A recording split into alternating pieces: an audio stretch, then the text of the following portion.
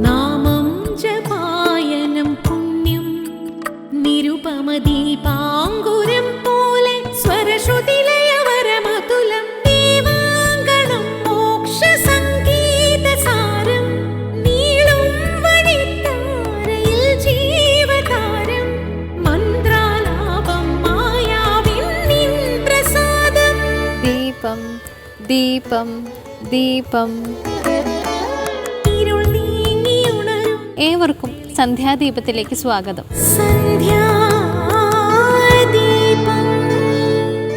അന്യനോട് ഇടപഴകുമ്പോൾ എപ്പോഴെല്ലാമാണ് നാം മൗനം പാലിക്കേണ്ടത്?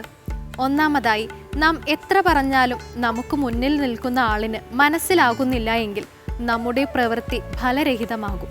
രണ്ടാമത്, നാം പറയാതെ തന്നെ മുന്നിൽ നിൽക്കുന്നയാൾ എല്ലാം മനസ്സിലാക്കുമ്പോൾ നാം പറയുന്നത് അധികപ്പെറ്റാകും. സന്ധ്യാനാമം ജപിക്കുമ്പോൾ ദേഹശുദ്ധിയും മനഃശുദ്ധിയും വരുത്തി ശ്രദ്ധയോടെ മനസ്സ് പൂർണ്ണമായും ഭഗവാനിൽ അർപ്പിക്കുകയാണ് ചെയ്യേണ്ടത്. ഇനി ഇന്നത്തെ സന്ധ്യാനാമം കേൾക്കാം.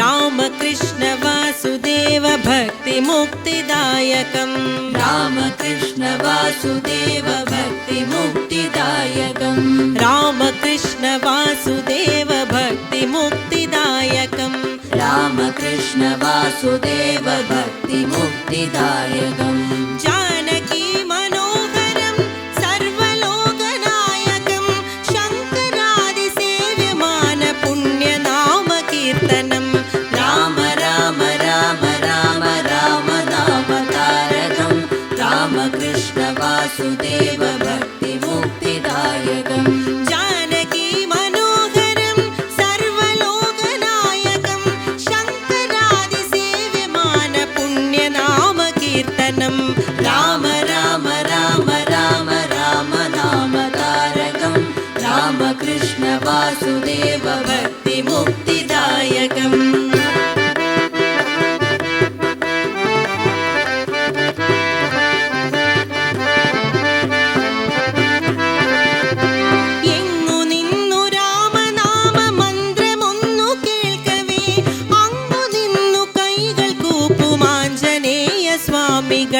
राम राम राम राम राम नाम तारकं रामकृष्ण वासुदेव भक्ति मुक्तिदायकं എങ്ങു നിന്നു രാമനാമ മന്ത്രമൊന്നു കേൾക്കവേ അങ്ങു നിന്നു കൈകൾ കൂപ്പും ആഞ്ജനേയ സ്വാമികൾ രാമ രാമ രാമ രാമ രാമ നാമ താരകം രാമകൃഷ്ണ വാസുദേവ ഭക്തി മുക്തിദായകം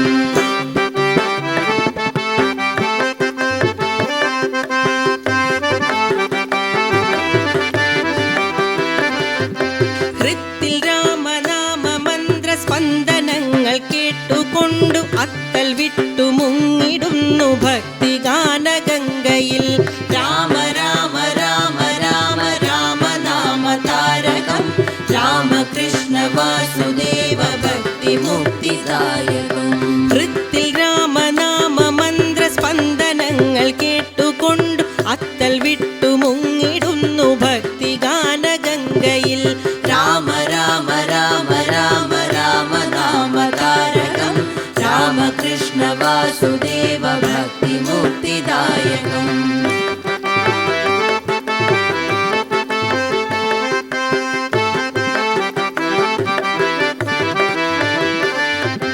രാമദാസ പാദപത്മം സർവപുണ്യദായകം ആചരീയ നാമമിന്നു രക്ഷ നൽകിടട്ടെ മാം രാമ രാമ രാമ രാമ രാമ നാമ താരകം രാമകൃഷ്ണ വാസുദേവ ഭക്തി മുക്തിദായകം രാമദാസ പാദപത്മം സർവപുണ്യദായകം ആചരീയ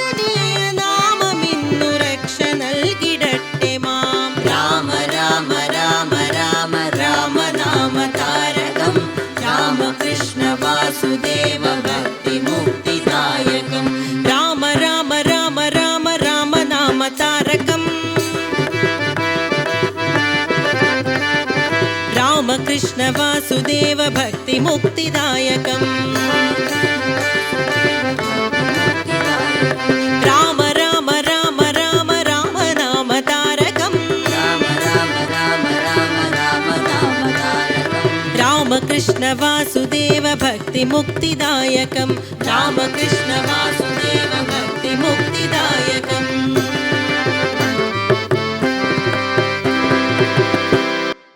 മണികണ്ഠൻ പന്തള രാജവംശത്തിലാണ് വളർന്നത്. പന്തളം കേന്ദ്രമാക്കി ഒരു രാജവംശം രൂപപ്പെട്ടത് എങ്ങനെയാണ്, അവരുടെ ഭരണപ്രദേശം എവിടെയെല്ലാമായിരുന്നു തുടങ്ങിയ ചരിത്ര സത്യങ്ങളിലൂടെയാണ് ഇന്നത്തെ കഥയമവ സഞ്ചരിക്കുന്നത്. എല്ലാ സജ്ജനങ്ങൾക്കും ഇന്നത്തെ അധ്യായത്തിലേക്ക് ഹാർദവമായ സ്വാഗതം.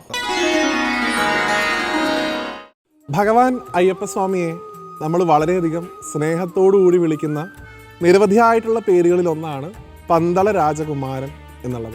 ഭഗവാനെ ഒരു രാജകുമാരനായിട്ട് കാണാൻ താല്പര്യപ്പെടുന്ന നിരവധിയായിട്ടുള്ള ഭക്തരും നമ്മുടെ ഇടയിലുണ്ട്. അപ്പോൾ ഭഗവാൻ വന്ന് അവതരിച്ച ഈ രാജവംശം, അതായത് പന്തളത്ത് രാജവംശത്തെക്കുറിച്ചാണ് ഇന്നത്തെ കഥയമമ്മയുടെ അധ്യായത്തിൽ നമ്മൾ പരിചയപ്പെടാൻ പോകുന്നത്. ഐതിഹ്യം പരിശോധിക്കുകയാണെങ്കിൽ പാണ്ഡ്യവംശത്തിൻ്റെ ഒരു തായ്വഴിയാണ് പന്തളത്ത് രാജവംശം.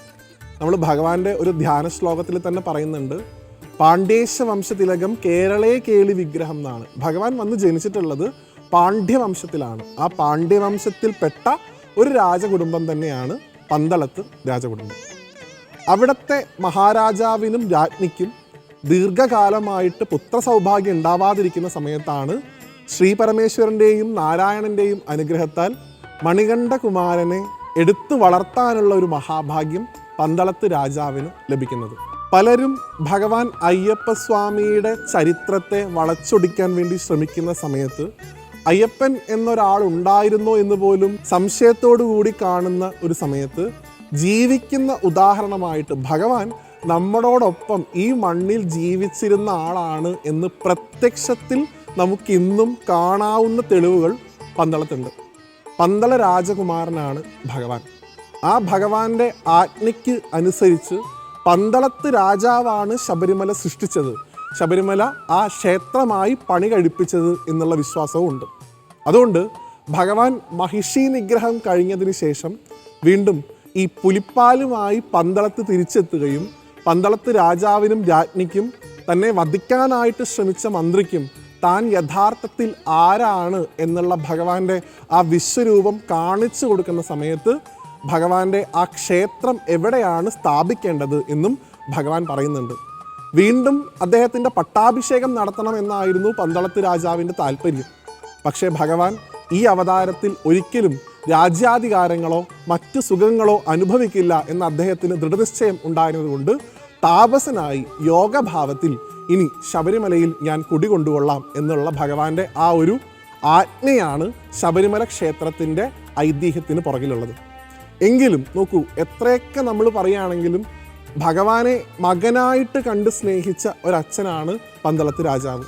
അതുകൊണ്ട് തന്നെ അദ്ദേഹത്തിൻ്റെ ആഗ്രഹമായിരുന്നു, ഭഗവാനെ അങ്ങേ ഒരു ദിവസമെങ്കിലും അങ്ങയുടെ ഈ താപസഭാവത്തിൽ നിന്ന് മാറി എങ്ങനെയാണോ ഞങ്ങളുടെ കൂടെ ഇത്രയും നാൾ അങ്ങ് കഴിഞ്ഞത്, ഈ സർവാഭരണ വിഭൂഷിതനായി ഈ പട്ടുവസ്ത്രങ്ങളൊക്കെ അണിഞ്ഞ് ഏറ്റവും ഭംഗിയോടുകൂടി ഈ രാജകുമാരൻ്റെ വേഷത്തിൽ അങ്ങയെ കാണാനുള്ളൊരു ഭാഗ്യം ഞങ്ങൾക്ക് തരണേ എന്നുള്ള പന്തളത്ത് രാജാവിൻ്റെ അഭ്യർത്ഥന പ്രകാരമാണ് ഇന്നും മകരവിളക്ക് ദിവസം മാത്രം ഭഗവാൻ ഈ യോഗനിദ്രയിൽ നിന്ന് ഉണർന്ന് നമുക്കെല്ലാവർക്കും വേണ്ടി പന്തളത്തെ ആ രാജകുമാരനായി വരുന്ന ലക്ഷക്കണക്കിന് മനുഷ്യർക്ക് ദർശനം നൽകി ആ ശ്രീകോവിലിനുള്ളിൽ വിരാജിക്കുന്നത്. ആ അച്ഛനും മകനും തമ്മിലുള്ള ബന്ധമാണ് ആ ഒരു ഐതിഹ്യത്തിലൂടെ ഇന്നും എല്ലാ മകരവിളക്ക് ദിവസവും ദൃഢപ്പെട്ടുകൊണ്ടിരിക്കുന്നത്. ഭഗവാന്റെ തിരുവാഭരണം സൂക്ഷിച്ചിട്ടുള്ളത് പന്തളം രാജകൊട്ടാരത്തിലാണ്. അവിടെ അതിപ്രശസ്തമായിട്ടുള്ള ഒരു ശാസ്താക്ഷേത്രവും തൊട്ടടുത്ത് സ്ഥിതി ചെയ്യുന്നുണ്ട്. അവിടെയാണ് ഭഗവാന്റെ തിരുവാഭരണം ദർശിക്കാനുള്ള അവസരം മണ്ഡല മകരവിളക്ക് കാലത്ത് എത്തുന്ന ഓരോ തീർത്ഥാടകനും ഓരോ അയ്യപ്പ ഭക്തനും സാധിക്കുന്നത്. ഭഗവാന്റെ തിരുവാഭരണങ്ങളൊന്ന് കണ്ടു തൊഴുന്ന സമയത്ത് നമ്മുടെയൊക്കെ മനസ്സിലേക്ക് ആത്യന്തികമായിട്ട് വരുന്നത് ആ പന്തള രാജവംശത്തിൽ ജീവിച്ചിരുന്ന ആ ഉണ്ണിയെ, ആ മണികണ്ഠകുമാരൻ്റെ മുഖം നമ്മുടെ ഓരോരുത്തരുടെയും മനസ്സിലേക്ക് തെളിഞ്ഞു വരുന്നു. അങ്ങനെ ആ അച്ഛനും മകനും തമ്മിലുള്ള ബന്ധം, ഭഗവാൻ അവതാര പുരുഷനാണെങ്കിൽ പോലും തന്നെ ഇത്രയും നാൾ ഒരു മകനെ എത്രത്തോളം സ്നേഹിക്കാൻ സാധിക്കുകയോ അതിൻ്റെയൊക്കെ അപ്പുറത്ത് നിന്ന് സ്നേഹിച്ച ആ അച്ഛനും അമ്മയ്ക്കും അദ്ദേഹം നൽകിയിട്ടുള്ള വരദാനമാണ് വർഷത്തിൽ ഒരു ദിവസം നിങ്ങൾക്ക് എന്നെ നിങ്ങൾ ആഗ്രഹിക്കുന്ന രൂപത്തിൽ കാണാമെന്നുള്ളത്. അപ്പോൾ നോക്കൂ, ഭഗവാൻ ഒരു തരത്തിൽ അല്ലെങ്കിൽ മറ്റൊരു തരത്തിൽ നമ്മളുടെ ഓരോരുത്തരുടെയും മകനായിട്ട് നമ്മൾ കാണുന്നില്ലേ? നമ്മുടെ ആഗ്രഹങ്ങളും ഇതുപോലെ ഭഗവാൻ സാധിപ്പിച്ചു തരട്ടെ. എങ്ങനെയാണോ പന്തളത്ത് രാജാവിൻ്റെ ഈ ആഗ്രഹം, ഈ ആഭരണങ്ങളൊക്കെ അണിഞ്ഞുകൊണ്ട് അങ്ങയെ കാണാൻ സാധിക്കണേ എന്നുള്ള ആഗ്രഹം ആ അവതാര പുരുഷനായിട്ടുള്ള മണികണ്ഠൻ സാധിപ്പിച്ചത്, അതുപോലെ നമുക്കും ഭഗവാനോട് പറയാൻ സാധിക്കണം, ഭഗവാൻ അങ്ങ് ഞങ്ങളുടെ ഓരോരുത്തരുടെയും മകനാണ്. അതുകൊണ്ട് ഞങ്ങളുടെ ചെറിയ ചെറിയ ആഗ്രഹങ്ങൾ, ഞങ്ങൾ ഈ ധർമ്മത്തിൽ വിശ്വസിച്ച് ജീവിക്കുന്ന സമയത്ത് ഞങ്ങൾക്കുണ്ടാവുന്ന പലതരത്തിലുള്ള പ്രയാസങ്ങളിൽ നിന്ന് ഞങ്ങളെ കൈപിടിച്ചുയർത്താൻ എപ്പോഴും ഒരു ഗുരുനാഥൻ്റെ ഭാവത്തിൽ, ഒരു രാജകുമാരൻ്റെ ഭാവത്തിൽ, ഒരു ശിക്ഷകൻ്റെ ഭാവത്തിൽ അങ്ങ് ഉണ്ടാവണേ എന്ന് നമുക്ക് ഭഗവാനോട് പ്രാർത്ഥിക്കാൻ സാധിക്കണം. അതിന് നമുക്ക് പ്രചോദനമാവട്ടെ പന്തളം രാജവംശത്തിൻ്റെ കഥ. കാരണം ഭഗവാൻ വന്ന് അവതരിക്കണമെന്നുണ്ടെങ്കിൽ ആ കുടുംബത്തിലുള്ള 2 വ്യക്തികളെ സാക്ഷാൽ പരബ്രഹ്മമായിട്ടുള്ള മണികണ്ഠൻ അച്ഛ അമ്മ എന്ന് വിളിക്കണമെന്നുണ്ടെങ്കിൽ അവർ ചെയ്തിട്ടുള്ള ഭാഗ്യം എത്രത്തോളമായിരിക്കും. അതുകൊണ്ട് നമുക്കും ഏതെങ്കിലുമൊക്കെ ഒരു കാലഘട്ടത്തിൽ, ഏതെങ്കിലുമൊക്കെ ഒരു ജന്മത്തിൽ ആ മണികണ്ഠകുമാരനെ മടിയിൽ വെക്കാനും ഭഗവാനെ ലാളിക്കാനും ഭഗവാനെ വാത്സല്യത്തോടു കൂടി ഭക്ഷണം കൊടുക്കാനും ഒക്കെയുള്ള ഭാഗ്യം ഭഗവാൻ തന്നെ അനുഗ്രഹിച്ചു തരണേ എന്ന് ഒരേ സമയം ആ മണികണ്ഠസ്വാമിയോടും ഒപ്പം ആ പന്തളത്ത് രാജവംശത്തിലെ മുഴുവൻ മഹാത്മാക്കളോടും നമുക്ക് പ്രാർത്ഥിക്കാൻ സാധിക്കട്ടെ. ഇന്നും തങ്ങളുടെ സ്വന്തം മകനായിട്ട് ഭഗവാനെ കണ്ടുകൊണ്ട് ഭഗവാൻ എന്ത് തരത്തിലുള്ള ആവശ്യങ്ങൾ വന്നാലും ഭഗവാന്റെ ആ ആവശ്യങ്ങൾ നിറവേറ്റാൻ വേണ്ടി ഏറ്റവും മുൻപിൽ തന്നെ പന്തളം രാജവംശം നിലനിൽക്കുന്നു എന്നുള്ളത് ഏറെ പ്രതീക്ഷയുള്ള ഒരു കാര്യമാണ്. അങ്ങനെയുള്ള ആ പന്തളത്ത് രാജവംശത്തിലുള്ള ആ ഭഗവാന്റെ അച്ഛൻ തൊട്ട് ഇന്നേ തലമുറയിലുള്ള മുഴുവൻ മഹാത്മാക്കളെയും സാഷ്ടാംഗം നമസ്കരിച്ചുകൊണ്ട് ഭഗവാന്റെ ആ പിതൃസ്ഥാനം അലങ്കരിക്കാനുള്ള ഭാഗ്യം കിട്ടിയ അവരെ ഒരിക്കൽ കൂടി ആദരവോടുകൂടി നമസ്കരിച്ചുകൊണ്ട് ഈ അധ്യായത്തിൽ നിന്ന് വിടവാങ്ങുന്നു. അടുത്ത അധ്യായത്തിൽ ഭഗവാന്റെ മറ്റൊരു വിശേഷവുമായി വീണ്ടും കാണാം. എല്ലാവർക്കും നന്ദി, നമസ്തേ. ക്ഷേത്രത്തിൽ നിന്ന് പ്രസാദം സ്വീകരിക്കുമ്പോൾ ചിലർ ദക്ഷിണ നൽകി സ്വീകരിക്കുന്നു. നമുക്ക് പ്രവേശിക്കാനാകാത്ത ഗർഭഗൃഹത്തിലിരുന്ന് നമുക്ക് വേണ്ടി കൂടി അർച്ചനയും ആരാധനയും നടത്തുന്ന പുരോഹിതനോട് കാട്ടുന്ന സ്നേഹ ബഹുമാനങ്ങളാണ് ഈ ദക്ഷിണ. ഇത് ഭക്തന് മാനസികമായ സംതൃപ്തി നൽകുന്നു. കാണാം ഇന്നത്തെ ദീപാരാധന കാഴ്ചകൾ. അസ്യ ശ്രീരാമകവചസ്യ അഗസ്ത്യ ഋഷി അനുഷ്ഠുപ്ഛന്ദ സീതാലക്ഷ്മണോപേത ശ്രീരാമചന്ദ്രോ ദേവത. ഭഗവാൻ ശ്രീകൃഷ്ണൻ ദ്വാരകയിൽ ഒരു ശ്രീരാമ വിഗ്രഹം പൂജിച്ചിരുന്നു. ശ്രീകൃഷ്ണന്റെ സ്വർഗാരോഹണത്തിന് ശേഷം ഭഗവാൻ പൂജിച്ചു പോന്ന ശ്രീരാമ വിഗ്രഹം കടലിൽ നിമജ്ജനം ചെയ്തു അത്രേ. ഭാർഗവക്ഷേത്ര ഭൂമിയായ കേരളത്തിലെ ഒരു മുക്കുവന് പിൽക്കാലത്ത് കടലിൽ നിന്ന് ആ വിഗ്രഹം ലഭിച്ചു. ആ വിഗ്രഹം പ്രതിഷ്ഠിച്ച പുണ്യസങ്കേതമാണ് പ്രശസ്തമായ തൃപ്രയാർ ശ്രീരാമസ്വാമി ക്ഷേത്രം. രാമ രാമ തൃപ്രയാറിൽ വാഴും രാമ സീത മാനസത്തിൽ മന്ത്രമൊന്നേ രാമ രാമ. ഭാരതത്തിലെ ശ്രീരാമസ്വാമി ക്ഷേത്രങ്ങളിൽ പ്രസിദ്ധമാണ് തൃപ്രയാർ ക്ഷേത്രം. കരുവന്നൂർ പുഴയുടെ കൈവഴിയായ തീവ്ര നദിയുടെ തീരത്താണ് ശ്രീരാമസ്വാമി ക്ഷേത്രം. ഇവിടത്തെ നിശബ്ദ പ്രകൃതി ആരുടെ മനസ്സിലും ആത്മീയ പ്രകാശം തെളിയിക്കുന്നതാണ്. ഭുവനനായക മോഹന സാർവഭൗമ. വാമന അവതാരം സ്വീകരിച്ച മഹാവിഷ്ണു വിശ്വരൂപത്തിലേക്ക് വളർന്നപ്പോൾ ഭഗവാന്റെ പാദം സത്യലോകത്തിലെത്തി. അത് കണ്ട ബ്രഹ്മാവ് തന്റെ കമണ്ഡലുവിലെ തീർത്ഥത്താൽ പാദത്തിൽ അഭിഷേകം നടത്തി. ആ തീർത്ഥം ഒഴുകി ഭൂമിയിലും വീണു. തിരുപാദം കഴുകിയ ജലം ആറായപ്പോൾ അത് തിരുപ്പാതയാർ എന്ന നാമം ലഭിച്ചു. തിരുപ്പാതയാർ ലോപിച്ച് തൃപ്രയാർ ആയെന്നും വിശ്വാസമുണ്ട്. ഹൃദയപത്മം ഇതളുകൾ നീർത്തി നിൽപ്പൂ രാമ. തൃപ്രയാർ അപ്പന് അഭിഷേകത്തിനായി വരുണൻ കൊടുത്തയച്ച തീർത്ഥവുമായെത്തിയ ഗംഗാനദി അഭിഷേകത്തിന് ശേഷം തിരികെ പോകാതെ ഭഗവാനെ പ്രദക്ഷിണം ചെയ്തുകൊണ്ടിരുന്നു. ഈ സമയം ദർശനത്തിനായി വന്ന ഭക്തർക്ക് ക്ഷേത്രത്തിലെത്താൻ വഴിയില്ലാതായി. അപ്പോൾ ഭഗവാൻ നദിയുടെ ഗതി തിരിച്ചുവിടുകയും അങ്ങനെ തിരിച്ചുവിട്ട ആറ് എന്ന അർത്ഥത്തിൽ തിരുപ്പുറൈ ആറ് എന്ന് വിശേഷിപ്പിക്കുകയും അത് പിന്നീട് തൃപ്രയാറായെന്നും ഐതിഹ്യമുണ്ട്. എന്നുമേ ആനന്ദമാണയോധ്യാനാഥൻ. കർക്കിടക മാസത്തിലെ പ്രസിദ്ധമായ നാലമ്പല ദർശനത്തിലെ ആദ്യ ക്ഷേത്രമാണ് തൃപ്രയാർ ശ്രീരാമസ്വാമി ക്ഷേത്രം. ഇരിങ്ങാലക്കുടയിലെ ഭരതപ്രതിഷ്ഠയുള്ള കൂടൽമാണിക്യ ക്ഷേത്രം, തിരുമൂഴിക്കുളം ലക്ഷ്മണക്ഷേത്രം, പായമ്മേലിലെ ശത്രുഘ്ന ക്ഷേത്രം എന്നിവയാണ് നാലമ്പല ദർശനത്തിലെ മറ്റു ക്ഷേത്രങ്ങൾ.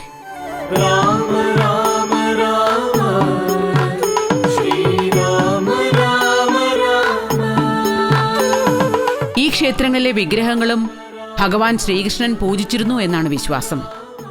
രാമായണ മാസത്തിൽ ഉച്ചപൂജയ്ക്ക് മുൻപ് ഈ 4 ക്ഷേത്രങ്ങളിലും ദർശനം നടത്തുന്നത് പുണ്യമായി കരുതി പോരുന്നു. പ്രസിദ്ധമായ ആറാട്ടുപുഴ പൂരത്തിന്റെ നേതൃസ്ഥാനീയൻ കൂടിയാണ് തൃപ്രയാർ ശ്രീരാമസ്വാമി. ശ്രീരാമ രാമ മഹാഭാഗോ ജാനകീപതേ. പൂരങ്ങളുടെ എല്ലാം മാതാവ് എന്നാണ് ആറാട്ടുപൂരം അറിയപ്പെടുന്നത്. തൃശൂർ ജില്ലയിലെ വിവിധ ക്ഷേത്രങ്ങളിൽ നിന്നുള്ള 23 ദേവതകൾ ഈ ഉത്സവത്തിൽ പങ്കെടുക്കുന്നു എന്നതാണ് ആറാട്ടുപൂരത്തിന്റെ മറ്റൊരു പ്രത്യേകത.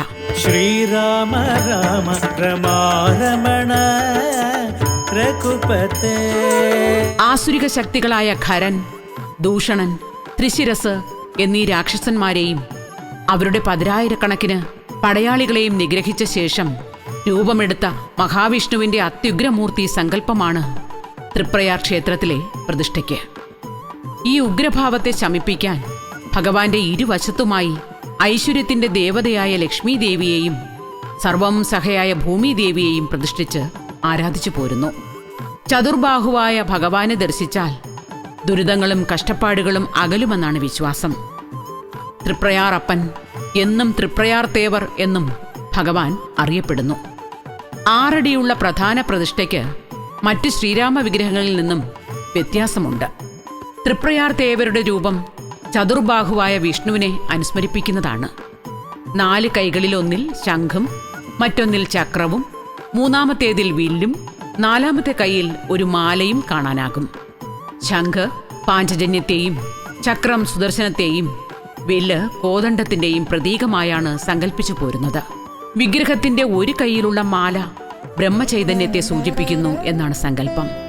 അതുകൊണ്ട് തന്നെ തൃപ്രയാർ തേവർ ത്രിമൂർത്തിഭാവത്തിന്റെ പ്രതീകം കൂടിയാണെന്നും വിശ്വസിക്കുന്നു.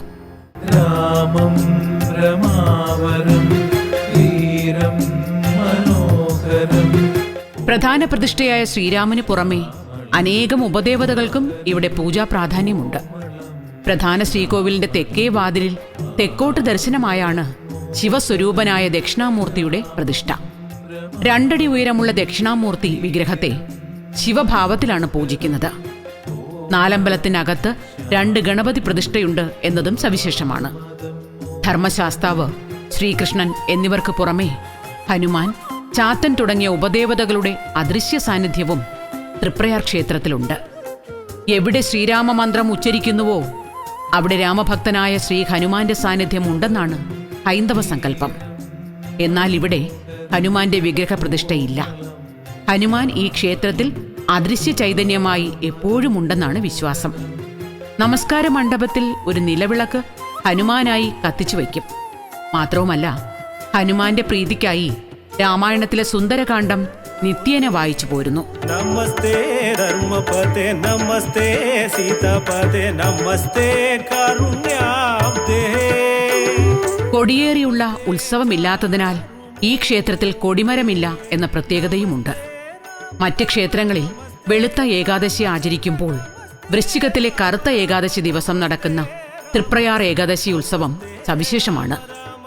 കതിനവെടി വഴിപാട് തൃപ്രയാർ തേവർക്ക് പ്രിയപ്പെട്ട വഴിപാടായി കരുതിപ്പോരുന്നു. സീതാ അന്വേഷണത്തിന് ശേഷം എത്തിയ ഹനുമാനെ ആഘോഷപൂർവ്വം സ്വീകരിച്ചതിന്റെ ഓർമ്മയ്ക്കായാണ് കതിനവെടി വഴിപാട് നടത്തിവരുന്നത്. ജീവിതയാത്രയിൽ വന്നു ചേരുന്ന തടസ്സങ്ങൾ മാറിക്കിട്ടാനാണ് കതിനവെടി വഴിപാട് ഭക്തർ നടത്തിവരുന്നത്. അതുപോലെ തന്നെ എല്ലാവിധ ദുഷ്ടസ്വാധീനങ്ങളിൽ നിന്നും മോചനം ലഭിക്കാൻ ചാത്തൻ ഭണ്ഡാരം വഴിപാട് ഇവിടെ നടത്തിവരുന്നു. വഴിപാടുകളിൽ പ്രധാനപ്പെട്ട ഒരു ചടങ്ങാണ് മീനൂട്ട്. ക്ഷേത്രത്തിന് മുൻപിലൂടെ ഒഴുകുന്ന പുരയാറിലെ മത്സ്യങ്ങളെ ഊട്ടുന്നത് തൃപ്രയാർ ക്ഷേത്രത്തിന്റെ ഒരു പ്രത്യേകതയാണ്. ഈ മത്സ്യങ്ങൾ തേവർക്ക് പ്രിയപ്പെട്ടവരാണെന്നും അവരെ ഊട്ടുന്നതിലൂടെ തേവരെ പ്രീതിപ്പെടുത്താമെന്നാണ് വിശ്വാസം. ഭഗവാന്റെ ആദ്യ അവതാരമായ മത്സ്യാവതാരത്തെ ഊട്ടുന്നു എന്ന സങ്കല്പവുമുണ്ട് ഇതിന് പിന്നിൽ. പ്രധാനമന്ത്രി നരേന്ദ്രമോദി തൃപ്രയാർ ക്ഷേത്രത്തിൽ ദർശനം നടത്തിയപ്പോൾ അദ്ദേഹം മീനൂട്ട് നടത്തിയിരുന്നത് ഏറെ ശ്രദ്ധിക്കപ്പെട്ടിരുന്നു. ഹൈന്ദവ സംസ്കൃതിയിലെ വ്യത്യസ്ത ആചാരാനുഷ്ഠാനങ്ങളും ദേവതാ സങ്കല്പങ്ങളും ഏകമായ അദ്വൈത ദർശനത്തിലേക്ക് നമ്മെ കൂട്ടിക്കൊണ്ടുപോകുന്ന മഹാക്ഷേത്ര സന്നിധിയാണ് തൃപ്രയാർ ശ്രീരാമക്ഷേത്രം. ഇവിടെ എത്തി ഭഗവാനെ തൊഴുതു വണങ്ങുന്ന ഭക്തർക്ക് ലഭിക്കുന്നത് ഒരായുസിലെ തപസ്സിന്റെ പുണ്യവും.